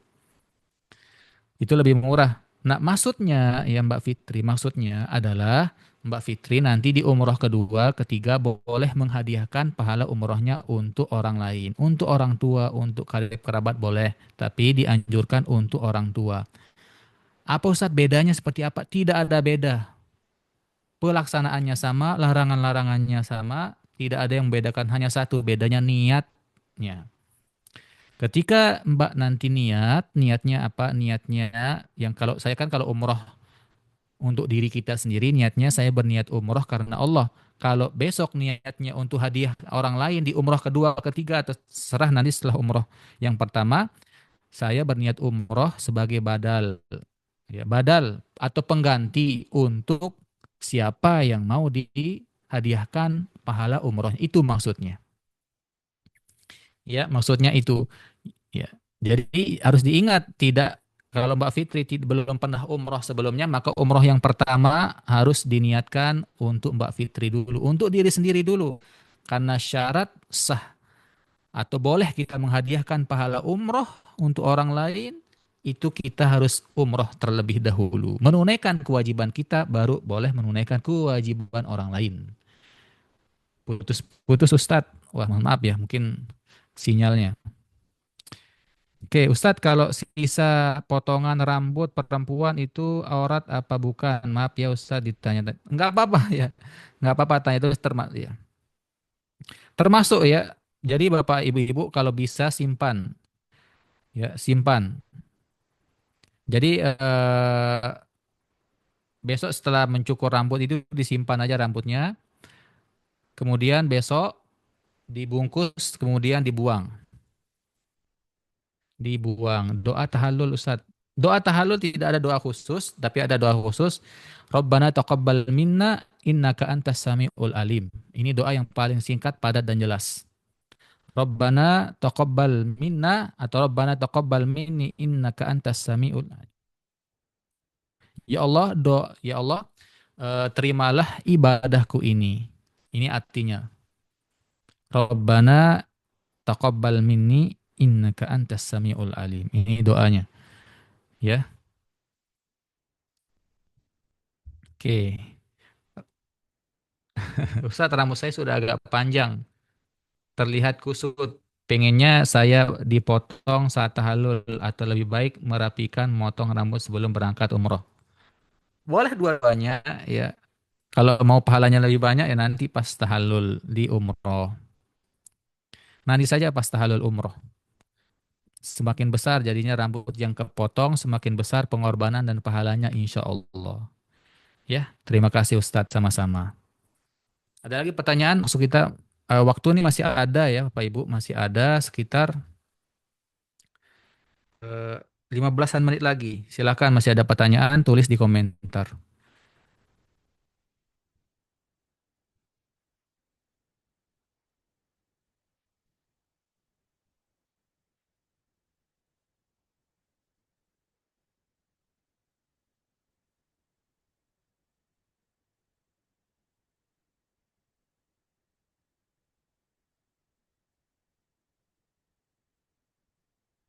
Oke, ada lagi pertanyaan Bapak Ibu? Silakan tulis di komentar.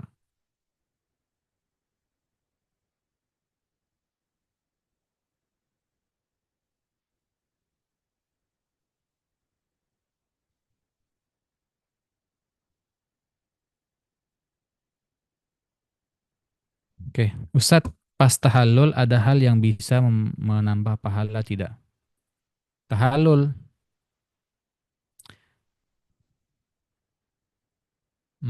pas tahallul menambah pahala. Wallahu alam belum saya temukan ya amalan-amalan selain itu. Ya tidak ada. Nah, tetapi besok Bapak Ibu akan banyak melihat orang sholat di sana. Banyak orang melihat sholat di sana setelah selesai sa'i. Apakah ada Ustadz sholat setelah sa'i? Jawabannya tidak ada. Jawabannya tidak ada.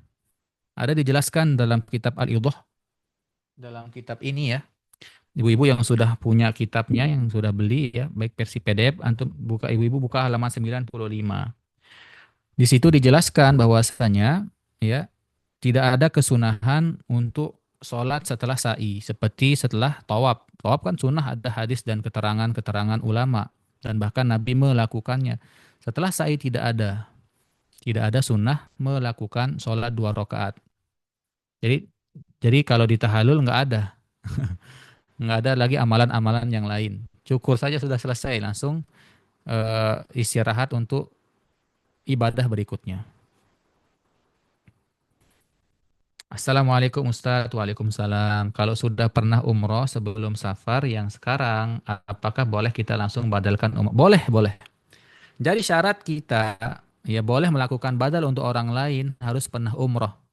Ya, umroh wajib. Ya disebut dengan umroh wajib yang menggugurkan kewajiban kita dulu. Baru bisa menggugurkan kewajiban orang lain. Kapanpun kita umroh, entah itu tahun lalu, 2 tahun lalu, 3 tahun lalu, maka itu diperbolehkan. Dan kemudian setelah umroh mungkin 2 tahun lalu umroh, sekarang umroh lagi. Boleh nggak saya umrohkan untuk orang yang saya niatkan badal? Boleh. Karena Bapak sebelumnya pernah umroh, umroh pertama itulah ya. Umroh pertama itulah yang dikatakan dengan umratul Islam atau hajjatul Islam yang hukumnya wajib. Umroh kedua, umroh ketiga baik terpisah waktunya, mungkin tahun berikutnya 2 3 tahun yang setelahnya baru umroh lagi, itu boleh langsung mengerjakan umroh buat siapapun yang dibadalkan. Baik, oke. Sholat apa itu Ustadz? Ada orang namanya sholat sunnah sa'i. Tapi itu tidak ada anjurannya. Tidak ada anjuran, tidak ada sunnahnya menurut penjelasan ulama. Al-Imam Asy-Syafi'i menjelaskan ya, laisa 'ala sa'i as-shalah ya. Tidak ada sholat setelah sa'i. Kemudian dijelaskan oleh ulama-ulama yang lain, tidak ada kesunahan, tidak ada riwayat hadis juga yang menjelaskan masalah kesunahan atau anjuran untuk sholat setelah sa'i. Jadi setelah sa'i, tahallul udah selesai. Kembali ke hotel masing-masing, mandi, bersih-bersih, istirahat untuk persiapan ibadah berikutnya. Silahkan kalau ada pertanyaan lagi. Masih ada waktu Bapak Ibu.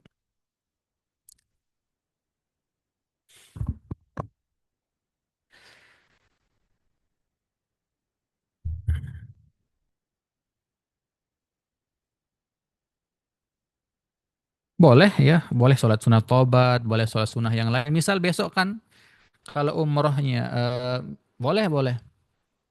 Seandainya besok selesai tahallul, bapak-bapak, ibu-ibu mau selesai, Ustadz saya izin dong, saya nggak mau ikut balik ke hotel. Saya mau lanjut sholat di situ di atas Bukit Sopama. Boleh, silahkan. Ya, kemungkinan besok ibu-ibu, bapak-bapak akan selesainya itu di pagi hari sekitar jam 4 atau mendekati subuh. Ya, tergantung kondisi di lapangan. Biasanya seperti itu. Nah, itu waktu-waktu tahajud. Selesai itu, ya tahajud aja dulu, nggak apa-apa. Ya, tahajud, doa di situ, tahajud. Ya, tentu biasanya kan akan dikasih pilihan sama ketua rombongan. Silakan bagi jemaah yang mau balik ke hotel, istirahat, mandi, bersih-bersih, dan sebagainya, ikut balik. Kedua, bagi jemaah yang mungkin sudah hafal jalan balik pulang, Ustadz saya izin aja dulu. Ustadz saya izin mau diam di sini untuk sholat sunat tahajud, witir dan sebagainya. Maka itu diperbolehkan. Tidak ada larangan sholat di situ. Hanya mengkhususkan sholat sa'i, sholat sunat sa'i itu tidak ada. Tapi kalau mau sholat tahajud, mau sholat sunnah yang lain yang ada keutamaan-keutamanya itu diperbolehkan. Atau mungkin mau sholat qiyamul lail dan yang lainnya. Bila ada yang titip air zam-zam untuk dibawa sa'i atau untuk mengambil berkah ya, apakah itu diperbolehkan? Ustadz, wallahu a'lam. Saya belum pernah menemukan hadis tentang keutamaan air zam-zam yang sudah dipakai untuk tawaf dan sa'i. Saya belum menemukan hadis dan keutamaannya. Jawabannya wallahu a'lam dan saya tidak mengamalkan. Saya cukup minumnya saja itu sudah berkahnya luar biasa. Cukup meminumnya, tidak perlu capek-capek bawa tawaf sa'i sudah cukup ya. Dan minumnya, niatkan minumnya untuk obat, untuk hajat dan sebagainya. Ma'u zamzama lima syuribalah kata Nabi. Oke, tadi malam sudah saya ceritakan cerita yang menarik sekali kisah seorang perempuan yang bisa langsung sembuh karena minum air zam-zam diponis oleh dokter tidak bisa disembuhkan. Tapi karena keberkahan air zam-zam, berkahan doanya, maka Allah sembuhkan, Allah cabut penyakitnya 100%. Titipkan saja, bawa pulang, ya ini sudah berkah ini tanpa dibawa topsa itu pun juga berkah. Banyak memang ya jamaah yang saya temukan seperti itu. Banyak ya jamaah yang saya bimbing, ya mereka sengaja bawa bawa topsai, ya bawa topsai. Tapi kalau eh, menanyakan apakah ada anjurannya, apakah ada dalilnya, jawabannya wallahu alam, saya belum menemukan dan saya tidak mengamalkannya. Oke. Ustadz, boleh kita kita sholat di Masjidil Haram dan Nabawi sambil membawa tas yang isinya barang berharga seperti dompet? Boleh, boleh, boleh. Yang tidak boleh itu masuk bawa koper. Bawa koper, bawa laptop itu tidak diperbolehkan. Tapi kalau masih bawa HP, bawa tas kecil, bawa ransel, maka itu diperbolehkan. Bawa ransel yang kecil, khusus buat sendal, buat HP, dompet. Dan saya berbagi pengalaman. Ketika ibu-ibu, terutama ibu-ibu ya, kalau ibu-ibu ke Masjidil Haram, ke Masjid Nabawi, ya, jaga barang-barang berharganya. Sering jamaah saya, bukan, jamaah teman saya juga sering kehilangan barangnya, kehilangan dompetnya, kehilangan uangnya. Modusnya seperti apa Ustadz? Modusnya di situ di Masjidil Haram. Ini di Masjidil Haram real terjadi. Ketika ibu-ibu berdesakan turun naik eskalator ya, tangga di situ, ya di situ adalah wallahu alam kita tidak tahu, tapi modus-modus sebelumnya pencopet-pencopet itu membawa silet yang sangat-sangat tajam. Bawa silet tajam. Kemudian ketika berdesak-desakan kan ibu-ibu tidak tidak ngeh nih siapa yang menyentuh, siapa yang lagi orang lagi apa tangan. Dia langsung silet truk dari bawah truk. Itu kan silet yang apa nama Yang tajam sekali itu kan sekali goresan aja sudah bisa, tasnya itu sudah bisa terbelah. Maka disitulah dia kesempatan untuk mengambil, mencopet dan sebagainya. Juga kalau ibu-ibu jangan terlalu SKSD sama orang asing. Jangan terlalu SKSD sama orang asing. Biasa-biasa saja bersikap seperti biasa. Banyak juga di sana modus-modus. Jangan sekali-kali meletakkan barang tasnya ketika di Masjidil Haram, di Masjid Nabawi. Meletakkan tasnya ya di depan atau apa namanya dengan tidak dilihat, atau jangan letakkan tasnya jauh dari ibu-ibu atau bapak-bapak juga kalau bawa tas jangan letakkan tasnya jauh dari ibu-ibu bapak-bapak. Di situ juga ada ya Bapak Ibu, di situ juga ada orang-orang yang niatnya tidak baik ya. Lanjut, Ustadz boleh ke kita sholat di Masjid Haram? Oke, sudah. Ustadz karena rambut pendek pas tahallul ke satu potongnya kiri dulu, tahallul kedua potong yang bagian kanan. Ini buat ibu-ibu. Enggak. Oh, boleh, boleh. Boleh ya. Boleh. Ini buat ibu-ibu ya. Ya, ya maaf. Boleh, boleh. Ustadz, maaf kembali ke tahallul apabila rambut perempuan itu diwarnai Ustadz karena sebelumnya dia jahil ya, dia berniat untuk bertaubat saat tahallul, berniat memotong rambut yang berwarna sehingga tersisa yang hitam tapi jadinya rambutnya pendek sekali. Nah, tidak diperbolehkan ya. Kenapa? Perempuan tidak diperbolehkan menyerupai laki-laki dalam kondisi apapun. Perpakaiannya, kemudian rambutnya, dan sebagainya. Begitupun sebaliknya laki-laki tidak diperbolehkan menyerupai perempuan dalam pakaian dan apapun itu. La'anallahu al-mutasyabbihat mutasyabbihin minar rijal. Ya Allah melaknat kata Nabi orang-orang yang mutasyabbihin, orang-orang yang menyerupai perempuan, laki-laki yang menyerupai perempuan, dan Allah melaknat perempuan yang menyerupai laki-laki.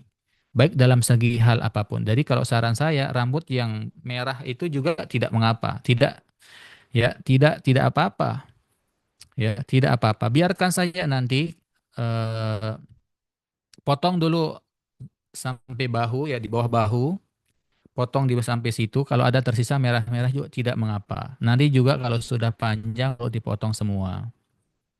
Ya, seperti itu. Insya Allah Maha Tahu. Semoga Allah buka dan terima taubatnya. Siapa ini yang nggak tahu? Mungkin jamaah salah seorang jamaah. Semoga Allah buka dan berikan keistiqomahan, kekuatan hati ketika menjalani taubat dan ya kan taubat itu susah ya. Ucapan taubat mudah dan ringan, tapi menjalaninya itu yang berat dan semoga dan saya doakan ya semoga diberikan keistiqomahan dan kekuatan oleh Allah setelah itu. Jadi biarkan saja ya, biarkan, nggak apa-apa, nggak apa-apa, nggak apa-apa dibiarkan saja. Baik, silakan lagi masih ada lagi 5 menit lagi Bapak Ibu supaya waktu saya karena saya ditugaskan, diamanahkan menjelaskan sampai jam setengah 10. Masih ada 5 menit. Silakan.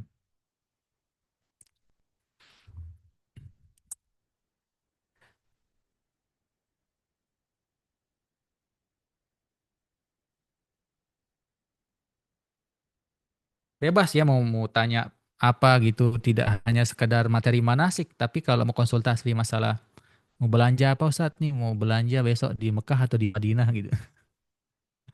Boleh, boleh silahkan. Ustadz, boleh bawa air zam-zam ke hotel pakai botol besar. Kalau di Mekah silahkan bawa, kalau di Madinah jangan. Di Madinah itu ada tempat mengambil air kalau mau pakai galon atau pakai pakai botol besar itu bawa, ambil di gerbang nomor 10. Jangan di dalam Masjid Nabawi itu tidak diperbolehkan oleh petugas. Ya. Kalau di Mekah jangan ambil di galon, tapi ambil di tempat kerannya, ambil di keran. Di situ ada di samping pintu Malik Abdul Aziz. Di dekat WC 2, depan WC 3. Nah, maaf, di depan WC 3. Nanti nanti tanya Ustadz yang di sana kalau lupa ya.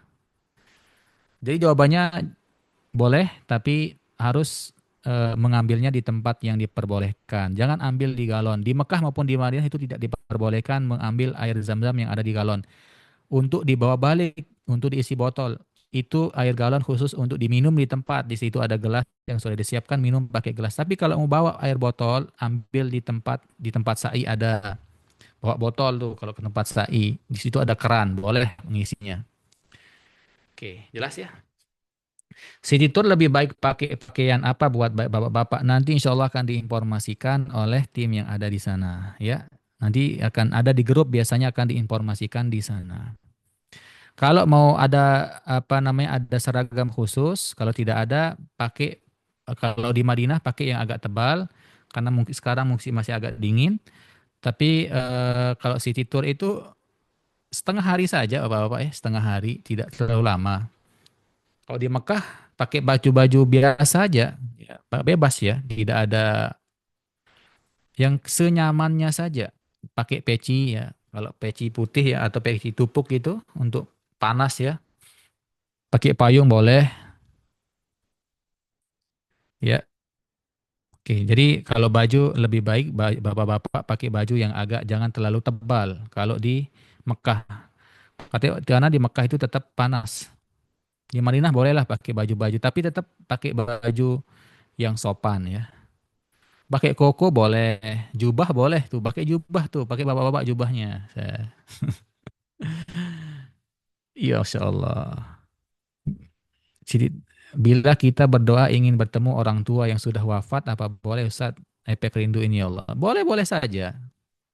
Tidak ada yang tidak boleh bagi Allah Subhanahu wa taala. Minta dipertemukan oleh Allah di surga ataupun di neraka. Ah, bukan di neraka, nauzubillah ya. Minta dipertemukan oleh Allah di surga ya, minta dipertemukan oleh Allah nanti eh, di surga sama-sama mendapatkan syafaatnya Nabi. Ya,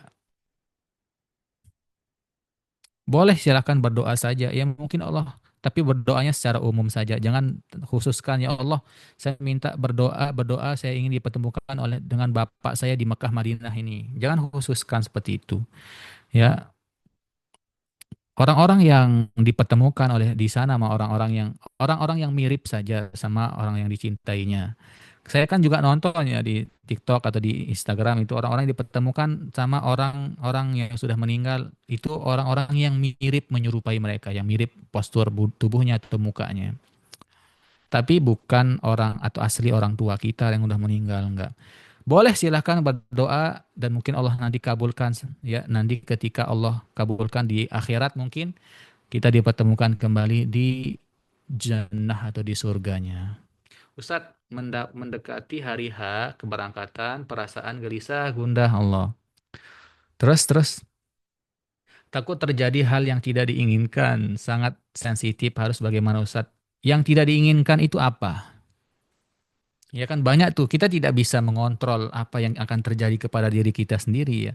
Tapi dalam pendekatan yang membuat gelisah itu apa nih? Oke, silakan ditulis, ditanyakan lagi.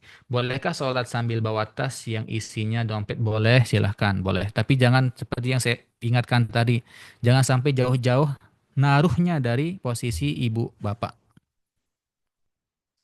Ustadz, bagaimana cara mengatasi agar saat kita melihat hal yang aneh, apakah langsung istighfar, berdoa kepada Allah, ya, berdoa kepada Allah, a'udzubillahi minasyaitonirrajim, bisa jadi itu dari syaitan.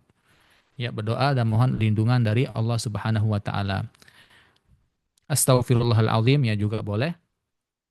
Kalau seandainya yang kita lihat itu sesuatu yang kita tidak inginkan, ya Allahumma inni as'aluka minas salamah ya. Ya kita berdoa ya Allah, berikanlah keselamatan aku supaya tidak mendapatkan seperti apa yang saya lihat. Baca istighfar ya, baca istighfar boleh. Tapi kalau seandainya hal itu buruk misal, maka baca a'udzubillahi minasyaitonirrajim. Berdoa minta perlindungan dari Allah. Ustaz, bagaimana cara mengatasi agar saat kita melihat hal-hal yang aneh? Istighfar boleh, ya. Tapi baca ta'awudz bisa jadi itu dari syaitan. Kalau kita melihat hal-hal yang tidak kita inginkan seperti orang kecelakaan, ya, doa supaya Allah Subhanahu wa taala selamatkan kita. Allahumma inna nas'aluka as-salamata wal afiyah doanya. Insya Allah nanti satu kamar sama TL dan Mutawib tis biar gak kagok. Santai aja ya. Kami juga para Mutawib Ustadz itu manusia juga Ustadz. Manusia biasa gitu. Jadi jangan kagok ya. Jangan kagok, santai aja. Mereka juga baik-baik ya. Insya Allah mereka baik-baik dan bersyukurlah bisa sekamar sama mereka. Jadi kalau ada apa-apa kan langsung bisa sharing, bisa minta tolong. Oke. Tidak apa-apa ya, santai. Kita juga santai. Malah kita yang agak segan sama jamaah gitu, takut mengganggu. Di Mekah apakah masih musim dingin? Di Madinah yang agak dingin. Di Mekah itu walaupun musim dingin tapi tidak sedingin di Madinah. Di Mekah jatuh di Mekah, kalau di Madinah itu dingin, di Mekah itu jatuhnya adem. Enak banget di Mekah. Jadi nggak terlalu panas. Di Mekah itu memang tidak terlalu dingin walaupun lagi musim dingin. Yang dingin itu di Madinah. Jadi di Mekah itu tidak khawatir pakai jaket, nggak perlu. Di Madinah yang harus pakai jaket, siapkan ya. Ustadz tanya tentang sholat jamaah, apa niatnya jamak sholat zuhur berjamaah dengan imam masjid, setelah itu sholat asalnya di jamak karena mau ke Mekah mikot.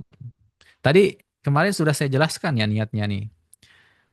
Saya lihat di gambar nih, lihat di gambar ya.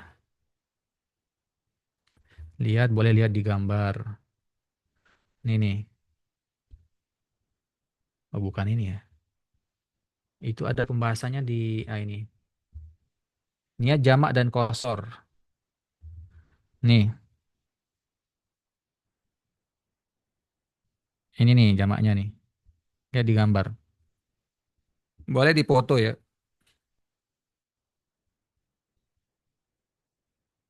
Boleh dipoto, silakan dipoto. Nih,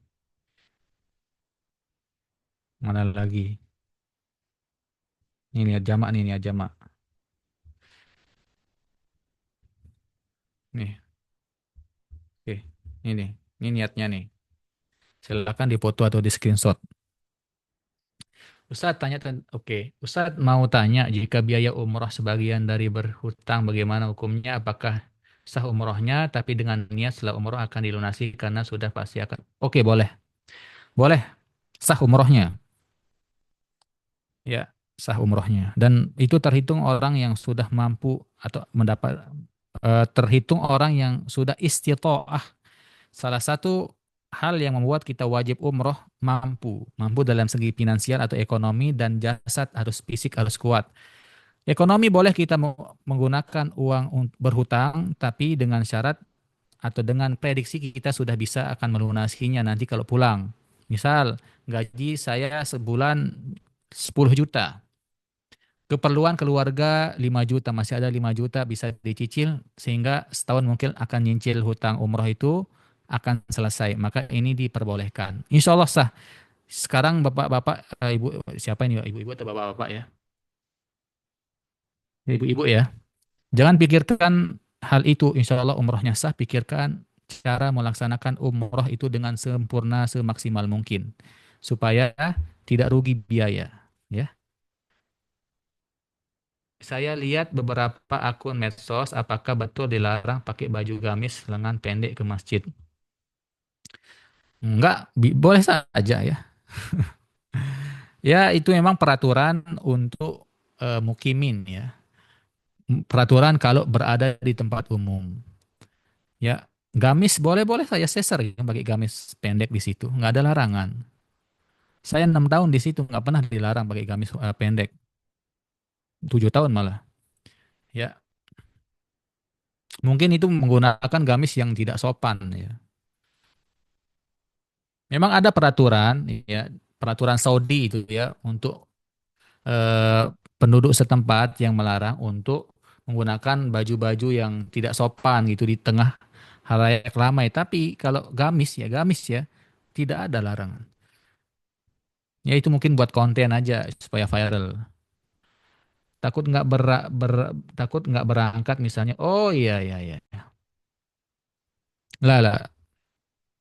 Takut Ustadz, takut nggak berangkat misalnya atau ada sesuatu yang terlupakan atau kecelakaan. Naudzubillahi min dzalik. Kita berdoa semoga Allah Subhanahu wa taala selamatkan Bapak Ibu dari hal-hal seperti itu. Jangan gelisah, malah sebaliknya harus senang dong. Ya, harus senang. Ibu ini adalah tamu Allah. Ya, al-ummar wal hujjaj kata Nabi, jamaah umrah, jamaah haji, wafdullah tamu Allah. Da'ahum fa'ajabu. Mereka sudah Allah undang gitu. Ibaratnya bapak-bapak, ibu-ibu ini sekarang udah memegang undangan.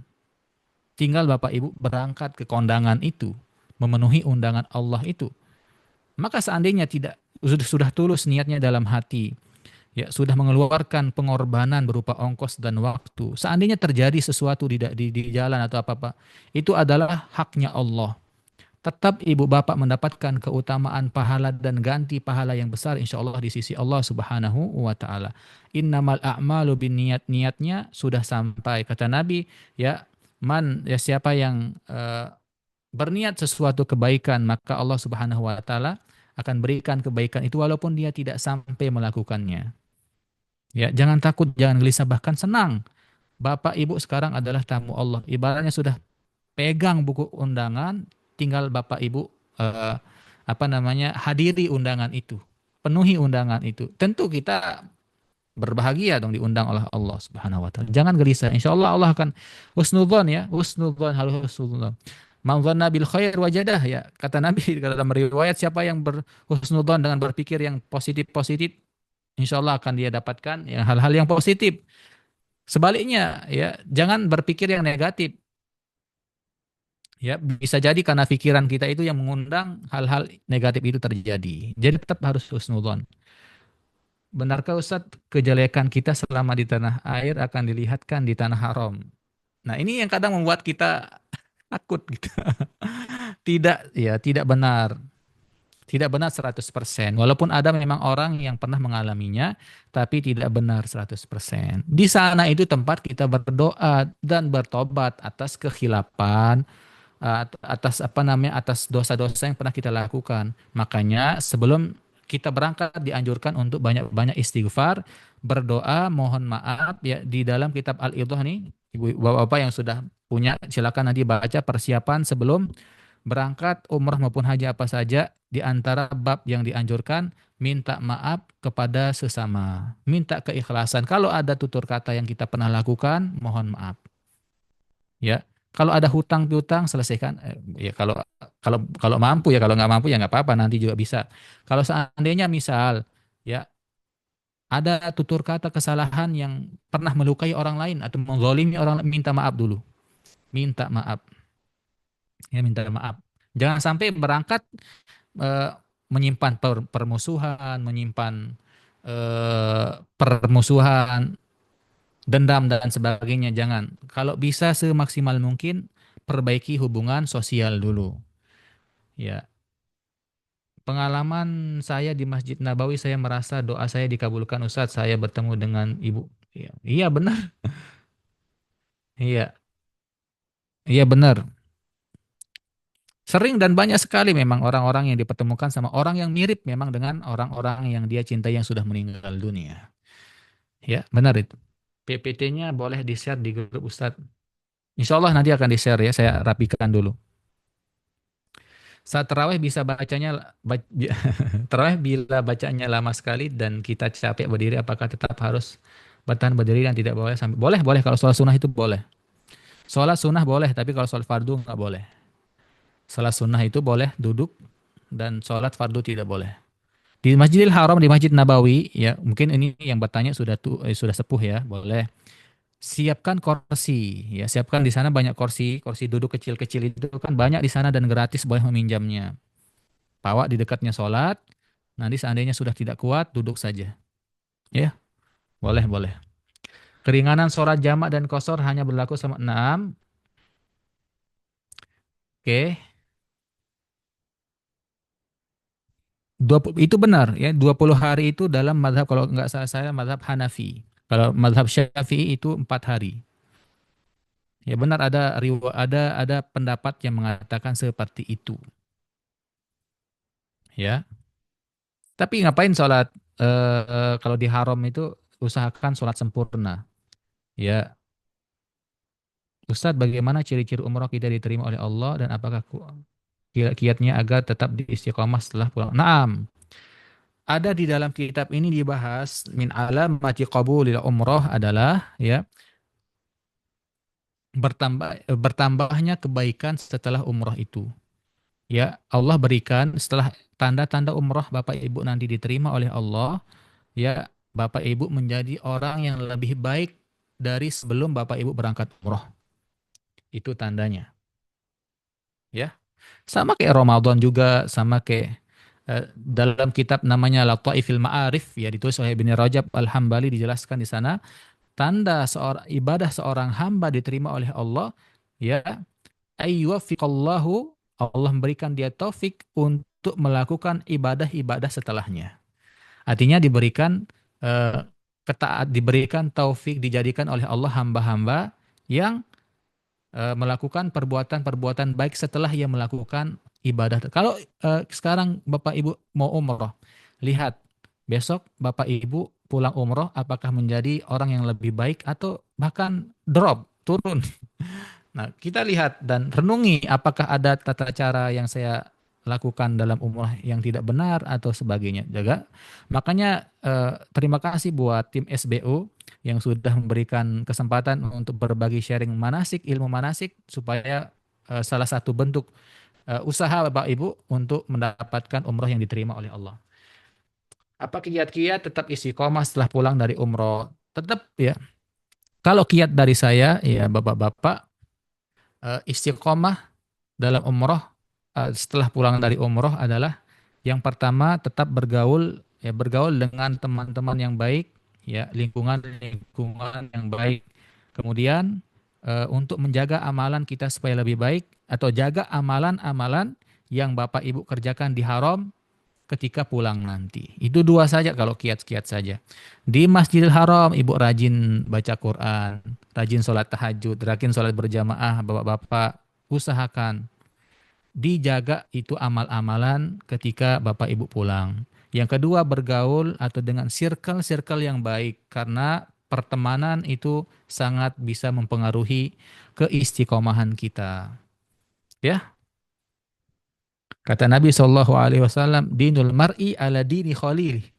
Ya, lihat bagaimana keistiqomahan seseorang itu tergantung temannya. Agama seseorang tergantung agama temannya. Kalau temannya agamanya baik, istiqomah ke masjid, maka dia juga mungkin akan membantu temannya yang lain untuk istiqomah. Makanya tipsnya dari saya itu saja. Circle, jaga circle-nya. Jangan bergaul dengan teman-teman yang membawa pada hal-hal yang sebaliknya. Sangat senang Ustadz, sangat terharu, sudah sangat rindu. Amin, amin. Ya, amin. Semoga Allah mudahkan Bapak Ibu yang dirahmati Allah untuk bisa sampai ke Baitillahil Haram dalam kondisi sehat walafiat dan selamat. Ustadz, setelah saya belajar banyak yang mengatakan jika perempuan tidak boleh syafat na'am, tapi ada yang berpendapat jika diperbolehkan, jika terjamin penjelas iya, pernyataan bagaimana? Bagaimana sikap kita ketika perjalanan rumah ke bandara jika mengingat jarak tempuh dari rumah ke dan sendirian. Dok, oke, ini untuk siapa? Ya, yes. Minta ditemani sama mahramnya. Atau mahram itu kan bukan suami saja, tapi boleh ibu, boleh saudara, boleh siapapun. Atau mungkin tidak ada orang yang menemani atau gimana?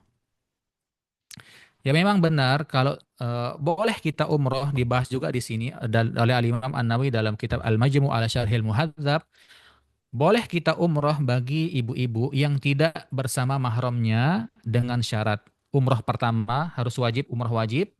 Kemudian harus ditemani oleh tour leader kah atau siapapun atau travel yang bisa menjamin keamanannya. Oke, jelas. Kalau saran saya minta tolong dari siapapun nanti sekarang temannya atau ibu atau keluarganya gitu ke bandara untuk sekedar mengantarkan saja. Mahramnya untuk diantarkan ke bandara saja. Mahram itu bukan suami saja tapi boleh ibu, bapak, saudara laki-laki, saudari laki-laki itu mahram. Doa agar umrah mabrur apa Ustaz? Allah taqabbal minna tadi. Tidak ada doa khusus tapi doa Sebanyak-banyak baca Allahumma taqabbal minna ya Allah. Allahumma taqabbal minna innaka antas sami. Baca doa ini. Ya, doa Nabiullah Ibrahim atau Ismail yang ketika beliau selesai membangun Ka'bah, doa beliau ini, ya Allah, terimalah amal kami ini. Rabbana taqabbal minna, terimalah pengorbanan kami ini. Doa banyak-banyak doa ini. Ya Allah, terimalah ya Allah, terimalah. Itu doanya. Jazakallah khair atas jawaban-jawaban pertanyaan Ustaz. Salat sehat selalu buat Ustaz dan keluarga. Amin ya rabbal alamin. Kita cukupkan sampai di sini. Jazakumullah khairal jaza. Mohon maaf kalau ada tutur kata yang kurang berkenan. Mohon maaf kalau ada hal-hal yang salah, ya mungkin kesalahan itu murni dari saya, ya, dan kemudian mutlak kebenaran itu milik Allah Subhanahu wa taala. Semoga Allah memudahkan Bapak Ibu perjalanannya dan sampai ke Baitillahil Haram dengan kondisi sehat, selamat walafiat, dan nanti kembalinya mendapatkan umrah mutaqabbalah, umrah yang diterima oleh Allah Subhanahu wa taala. Amin ya rabbal alamin. Jazakumullah khairal jazaa juga buat tim SBU yang sudah bisa memberikan kesempatan untuk berbagi ilmu ke Ibu Bapak semua. Sampai bertemu di pertemuan-pertemuan berikutnya. Wassalamualaikum warahmatullahi wabarakatuh. Waalaikumsalam.